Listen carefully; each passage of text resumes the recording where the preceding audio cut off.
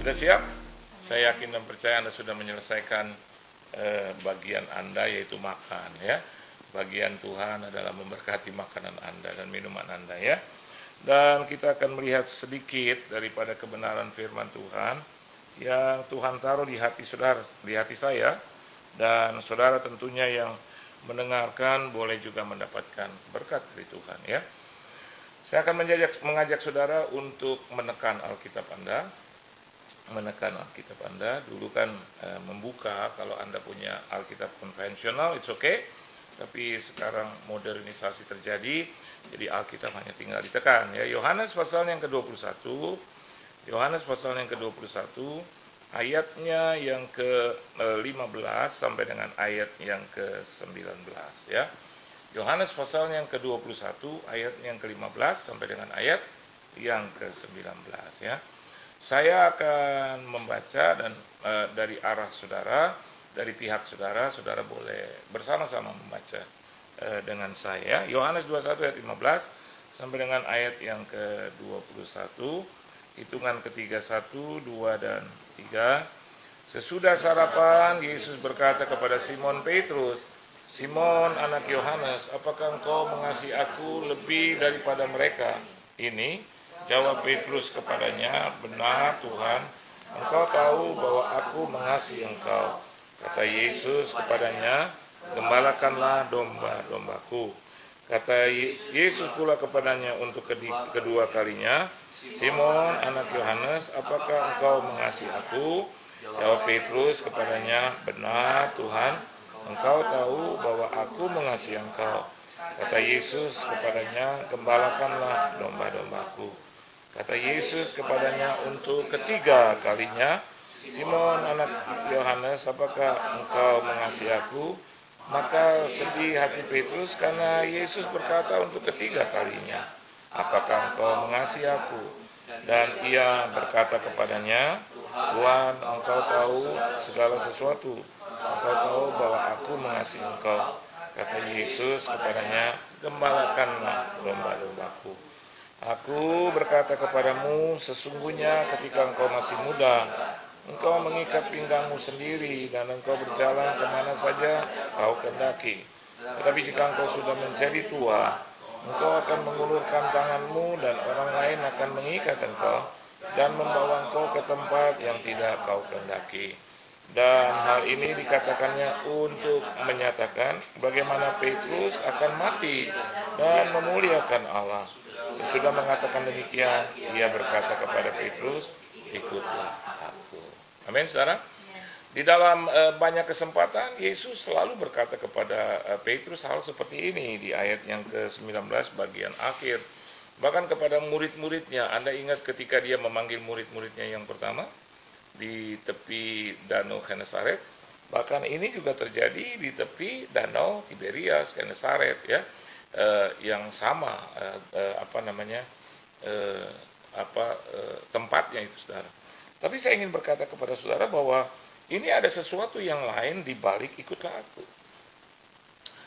Yesus tidak akan pernah mengulangi peristiwa, atau Yesus tidak akan pernah mengulangi kata-katanya tanpa makna, saudara. Kita tahu waktu dia panggil murid-murid yang pertama, kita juga bisa melihat di dalam Yohanes, di dalam Lukas, maksud saya pasal yang kelima. Nanti Anda baca ya di rumah. Bahkan juga pada hari ini, tapi beda pada saat itu Yesus belum mati, saudara. Ya. Tapi hari ini kita bisa melihat bahwa bukan hanya Yesus yang mati, tapi Yesus yang sudah bangkit dan menampakkan diri kepada mereka. Berarti ada tipologinya, saudara.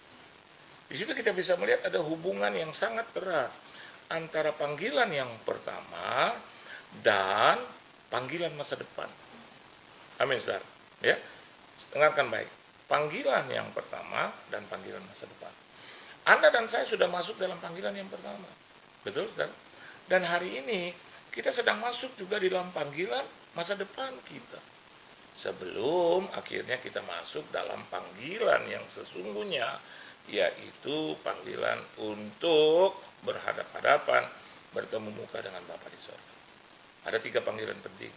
Dan hari ini saya juga melihat hal yang kedua, bahwa Petrus itu tidak memiliki satu argumentasi dan Petrus itu tidak berdebat atau bahkan menjawab Yesus sekenanya. Kenapa demikian? Karena dari panggilan yang pertama dan panggilan yang kedua itu ada perbedaan yang sangat signifikan.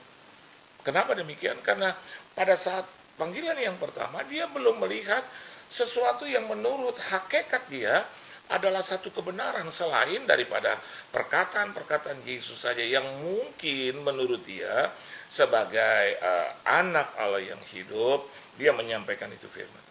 Tetapi dalam panggilan yang kedua ini after the cross. Amin.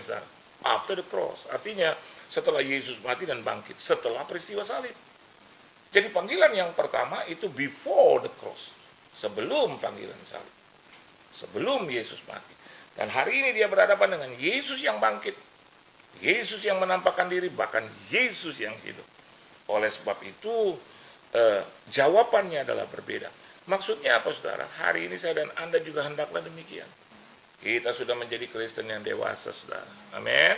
Kita bukan hanya hidup di dalam panggilan yang pertama. Amin, saudara. Tapi kita hidup di dalam panggilan yang kedua. Baru saja kita merayakan Paskah yang hebat, yang sempurna itu. Dan ternyata di dalam panggilan yang kedua, I feel God. Saya merasakan Tuhan. Dan dalam panggilan yang kedua ternyata sederhana. Dalam panggilan yang pertama, bagaimana Yesus memenuhi kebutuhan dan keperluan. Betul. Dia bilang, tangkaplah itu ikan, ya, tebarkanlah jalamu, dan kau akan menangkap ikan yang banyak. Dan Simon Petrus bilang, semalam-malaman aku sudah bekerja keras, tapi I got nothing, we got nothing. Masih ada jawaban yang seperti itu. Tahukah saudara, waktu panggilan yang pertama, kita akan dipenuhi kebutuhan dan keperluan. But after that, setelah itu, jangan melulu di situ, saudara. Amin. Sehingga akhirnya kita bisa melihat di dalam panggilan yang kedua, kalaupun saya dan Anda tidak sadar-sadar, maka yang terjadi, hopefully, ya, ini saya tidak berkata bahwa saya salah. Jangan sampai nanti terjadi izin Tuhan dalam bentuk apa? COVID-19. Dan saya yakin dan percaya semua ini tiarap, saudara. Saya mau katakan buat Anda, tiarap siapapun itu, orang kaya sekalipun, orang hebat sekalipun. Bahkan Bapak Presiden dengan kerendahan hati katakan, bahwa nanti hati-hati di balik daripada COVID-19 terjadi satu krisis yang besar. Dan dia katakan, I'm telling you the truth. Bisa lebih hebat dari krisis 98. Dia sudah katakan itu. Dan dia bilang, saya harus mengatakan apa adanya kepada rakyat. Tapi di balik itu semua kita bisa melihat ada keuntungan untuk Tuhan. Kenapa? Anda melihat sekarang. Ketika mereka dirumahkan, saya dirumahkan, Tuhan Yesus mendapatkan keuntungan. Di Amerika kan saya pernah jelaskan berapa kali dalam khotbah saya kan di medsos ini, bahwa 21, berapa persen sekarang rakyat Amerika yang non, ya, sudah cari-cari Bible dan mencari tentang akhir zaman, kehidupan di masa depan. Betul. Artinya ketika Tuhan mempersiapkan panggilan itu, dan di dalam panggilan itu bicara tentang panggilan masa depan, maka Petrus tidak bisa berkata apa-apa. Selain dia hanya mengatakan, oh Lord, you know me, you know my heart. Amin, saudara. Nah, hari ini saya yakin dan percaya kita sudah hidup dalam panggilan yang kedua. Amin. Oleh sebab itu, bukan hanya pertobatan, tetapi satu rasa. Rasa apa, saudara? Ini yang saya mau bagikan buat Anda. Rasa cinta itu. Amin. Rasa cinta itu. Do you love God? Halo. Do you love Jesus? Do you love God? Saya tidak bisa mewakili saudara. Hanya Anda sendiri yang bisa menjawabnya pada Tuhan. Nah, di tengah-tengah pembacaan firman, praise, worship, and praying, saya berjumpa, dan ini bukan kebetulan karena Tuhan tidak ada yang kebetulan, ya. Di sini ada seorang hamba Tuhan, ya, yang dipakai Tuhan, dan saya tahu dia adalah orang yang sederhana, menjadi sahabat saya, walaupun memiliki beberapa panggilan khusus dari Tuhan. Dia adalah seorang hamba Tuhan yang pertama, dia juga seorang penginjil, saudara, dan sekaligus dia juga menjadi gembala di satu daerah di Indonesia, tepatnya di Cirebon. Dan yang ketiga, dia adalah ketua sinode gereja sidang Pantekosta di Indonesia, ya. Tapi kalau kita sebut itu panggilan terus-menerus, hanya satu yang Anda perlu garis bawahi, dia seorang hamba Tuhan yang rendah hati, saudara, ya. Dan juga bukan kebetulan ketika saya bahas tentang ini, ternyata panggilan Yesus kepada Petrus itu adalah dalam bahasa Indonesia dikatakan, gembalakanlah domba-dombaku, ya. Dan selamat malam Bapak di Cirebon, terus ada urusan keluarga, ya, ada urusan pelayanan juga sedikit, saudara.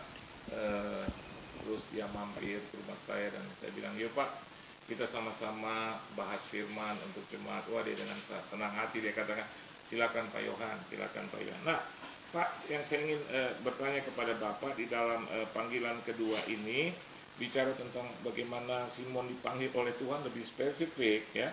Dan Bapak saya tahu adalah seorang gembala.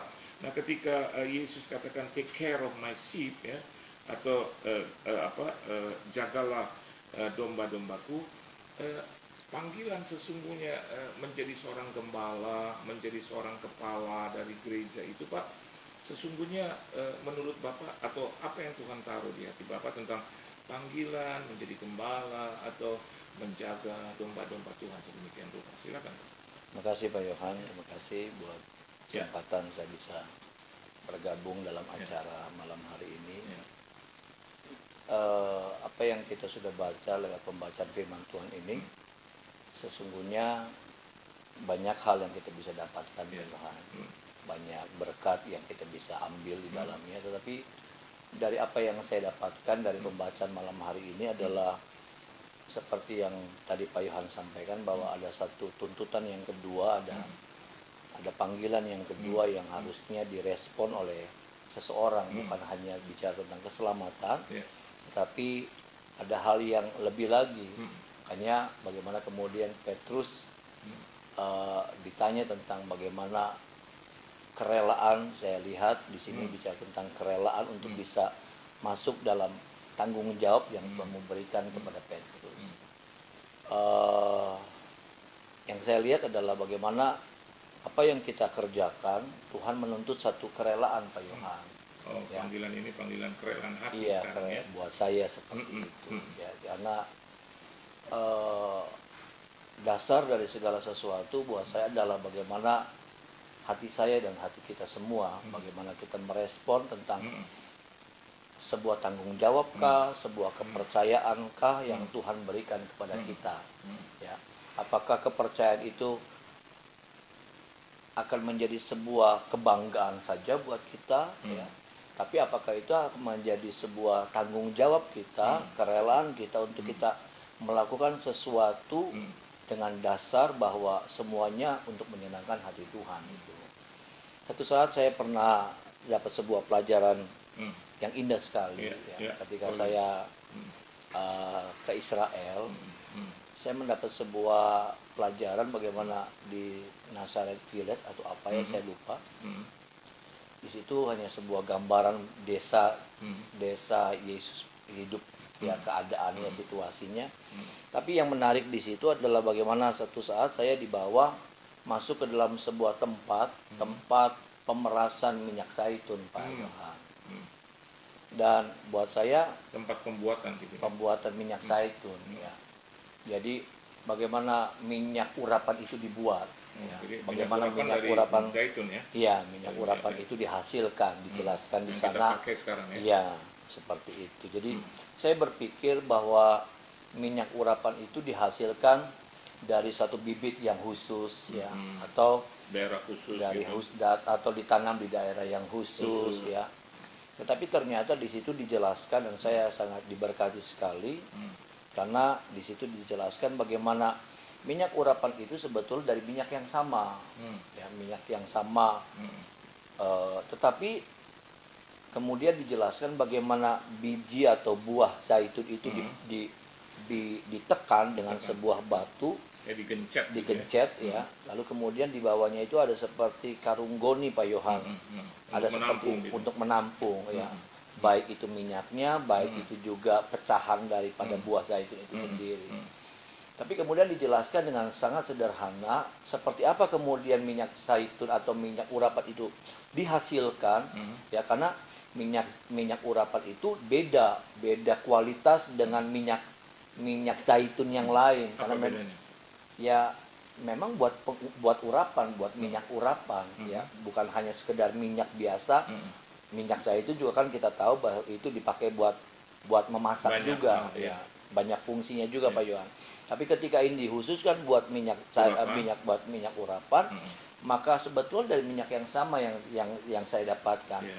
Tetapi yang dihasilkan atau yang menghasilkan minyak urapan itu adalah ketika karung goni itu kemudian sudah penuh dengan minyak, yang sudah penuh dengan minyak itu, yang sudah digenjat itu, lalu kemudian minyak urapan adalah minyak yang jatuh dengan sendirinya dari karung goni itu. dari karung goni itu sendiri. Tidak harus dipaksa. Tidak dengan tekanan, tidak dipres, tidak digencet seperti itu. Nah, ketika minyak itu yang jatuh sendiri itu selesai, maka itulah minyak urapan. Tapi ketika ada minyak yang pasti ada minyak yang tersisa di karung goni itu, minyak itu tidak boleh disebut minyak urapan. Ketika karung goni itu ditekan, lalu mengeluarkan minyak, itu tidak boleh dipakai minyak urapan. Jadi saya berpikir minyaknya sama, minyaknya dari buah yang sama, dari proses yang sama, tetapi yang membedakan minyak urapan dengan minyak yang dipakai untuk yang lain adalah minyak urapan itu adalah minyak yang jatuh dengan sendirinya. Nah, ini yang saya dapatkan, inilah yang disebut dengan kerelaan. Ya, ternyata kualitas hati yang didasarkan dengan kerelaan itu sangat berbeda sekali. Ya, sangat berbeda, dan saya tahu pasti ini hati yang menyenangkan hati Tuhan. Ya, nah saya berpikir ya Tuhan juga menuntut hari-hari ini bahwa lupakan semua motivasi-motivasi yang salah, lupakan semua ambisi-ambisi yang salah.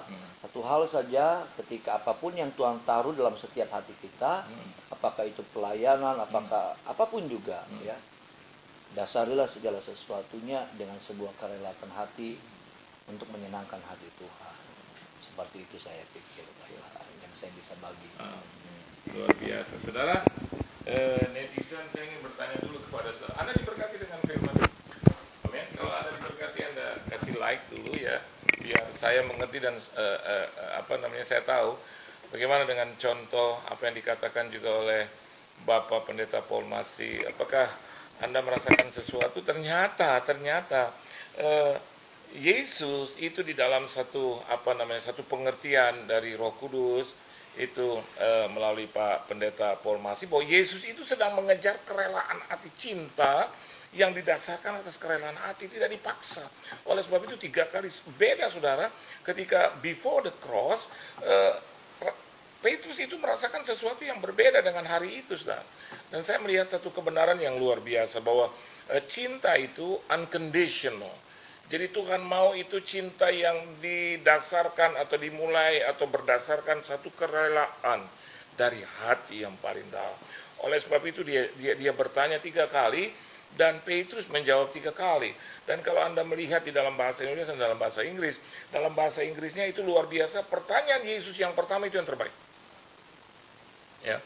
Kalau saya lihat di sini, Alkitab katakan begini, Simon, son of John, do you truly love me more than this? Itu, ya. Itu adalah satu pertanyaan yang lengkap. Jadi dalam Yesus itu tidak berbasa-basi, tetapi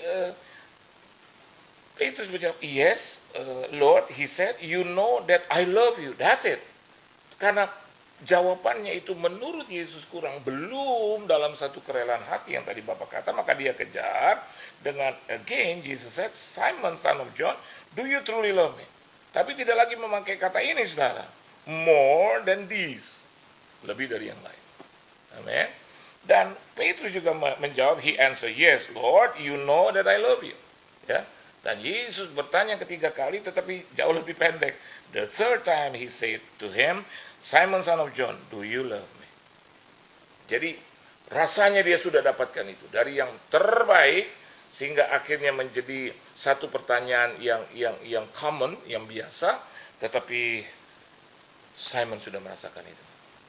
Hingga dia berkata justru sebaliknya, kalau Tuhan selalu menyediakan yang pertama itu yang terbaik. Tapi kalau manusia selalu kita bisa melihat Petrus menjawab yang terbaik justru yang terakhir. Ya, justru pada saat sudah ditanya tadi Pak Paul mengatakan tanpa usaha harus ditekan, ya Pak ya, tanpa harus dipres, ya, tanpa harus mengalami satu ya tekanan, maka biar minyak zaitun itu turun dengan sendirinya. Nah, itu dari sisi gembala, seorang hamba Tuhan, seorang ketua sinode. Dan hari ini saya juga kedatangan seorang hamba Tuhan, abdi Allah, seorang evangelis, seorang penginjil, tapi dia menyampaikan kebenaran firman Tuhan. Dan saya yakin dan percaya banyak netizen juga yang mengenal dia. Nah, Bapak Yofi, Bapak Pendeta Yofi Hendiawan, menurut Bapak, apa pengertian daripada Yesus itu bertanya kepada Simon 3 kali, dan Pak Paul masih menerima satu pewahyuan dari Tuhan, memang kita harus melayani dengan kerelaan hati. Nah, Bapak sebagai seorang evangelis diundang dari satu gereja persekutuan, ya, apa yang Tuhan taruh di hati Bapak mengenai cinta dengan kerelaan hati itu, ya, berdasarkan pengalaman hidup, berdasarkan apa yang Bapak rasakan di dalam kehidupan sehari-hari, bahkan pengalaman pribadi dengan, ya.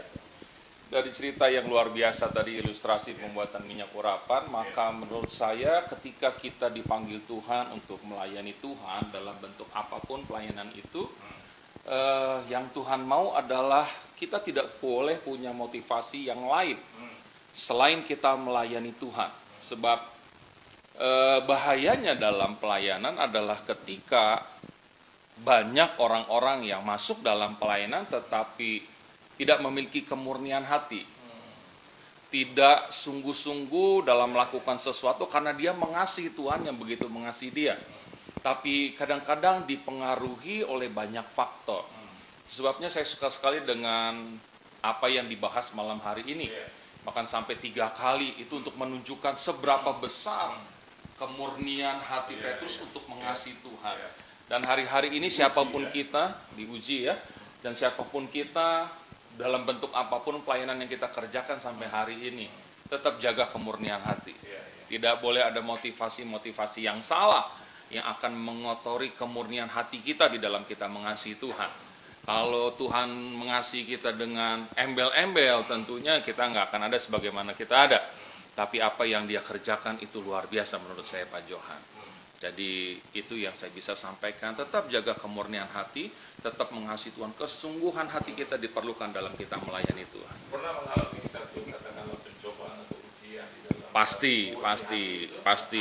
Ya, sebagai hamba Tuhan, kadang-kadang ketika jujur secara manusia, ketika mulai hati saya tidak murni, maka saya menyadari bahwa itu sesuatu yang dikerjakan dalam hidup saya untuk memberitahu sampai sejauh mana kemurnian hati dalam hidup saya dalam pelayanan dari tahun ke tahun gitu loh. Dan tentunya ada banyak faktor yang terjadi dalam hidup saya yang sepertinya Tuhan mau supaya hati saya itu mengasihi Tuhan lebih daripada apa yang lain. Ditegur Tuhan seperti Petrus, pasti Pak Johan, pasti dalam hati. Ada rasa sesuatu yang Oh ya, pasti. Seperti kehilangan damai sejahtera, teguran Tuhan. Tetapi kalau Tuhan masih mau menegur, berarti Tuhan masih mengasihi kita untuk mengembalikan kemurnian hati dalam hidup kita, untuk kita terus memberikan yang murni-murni untuk Tuhan. Gitu. Dari sisi bagaimana mereka menjadi hamba Tuhan, meskipun itu jabatan, ya, ataupun dalam pengembangan, ya, gereja, pelayanan itu mungkin berbeda fungsi, tetapi saya yakin dan percaya semua sama. Oleh sebab itu kami sangat berterima kasih dengan kedatangan 2 hamba Tuhan ini, Pak Paul Masih dan juga Pak Yofi Hendiawan, dan masing-masing dipakai Tuhan dengan cara Tuhan. Dan dari 2 hamba Tuhan ini kita bisa mendapatkan 2 hal.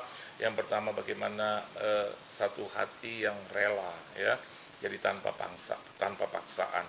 Dan itu bisa juga kita dapatkan melalui hamba Tuhan Yofi Hendiawan. Maka hati ini harus dimurnikan, disucikan, dikuduskan sedemikian rupa supaya tidak ada anasir lain yang boleh ada di situ dan mereka mengalami dan juga boleh mendapatkan pelajaran-pelajaran penting dari Tuhan. Terima kasih atas nama pribadi dan juga One Worship Night untuk kedua hamba Tuhan ini, dan di kesempatan mendatang kita akan berjumpa lagi dengan mereka tentunya.